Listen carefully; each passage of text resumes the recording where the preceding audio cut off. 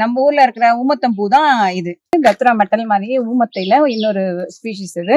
ஆனா மலையில வளரும் போது இது இப்படி பெருசா வளரும். நம்ம ஊர்ல இருக்க மாதிரி கிரீம் கலர் ஃபிளவர்ஸும் இருக்கும்.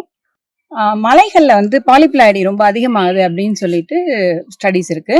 இது எல்லா செடியிலையும் ஒரு 2 செட் ஆஃப் குரோமோசோம்ஸ் தான் இருக்கும். நமக்கும் அப்படிதான் 2 செட் ஆஃப் குரோமோசோம். இதுல 3 அல்லது அதுக்கு மேலான செட் ஆஃப் குரோமோசோம்ஸ் இருக்கும். அதனால அது பேர் பாலிப்ளாய்டி. பிளாய்டின்னா எத்தனை செட்டு அப்படிங்கிறது தான். நிறைய இருக்கிறதுனால இது பாருங்க, ஒரு ஸ்கேலை விட அதிகமான நீட் இருக்குது, அகலமும் அதே மாதிரி இருக்குது. இதனோட ஆனா எல்லா ஃபீச்சர்ஸும் பார்த்தீங்கன்னா மார்ஃபலாஜிக்கல் ஃபீச்சர்ஸ் இல்லை பயோகெமிக்கல் ஃபீச்சர்ஸ் எல்லாமே அதே மாதிரி தான் இருக்கும். ஏன் இந்த சைஸ் பெருசாகுதுன்னா நிறைய குரோமோசோம்ஸ் இருக்கிறதுனால அந்த செல்லோட சைஸ் பெருசாகுது. அதனாலதான் இது இப்படி பெருசா இருக்குது. அழகாவும் இருக்கும். பாத்தீங்கன்னா ஃப்ளவர் ரொம்ப பியூட்டிஃபுல்லா இருக்கும். டயாமீட்டர் பாருங்க, இது எப்படி இருக்கும்.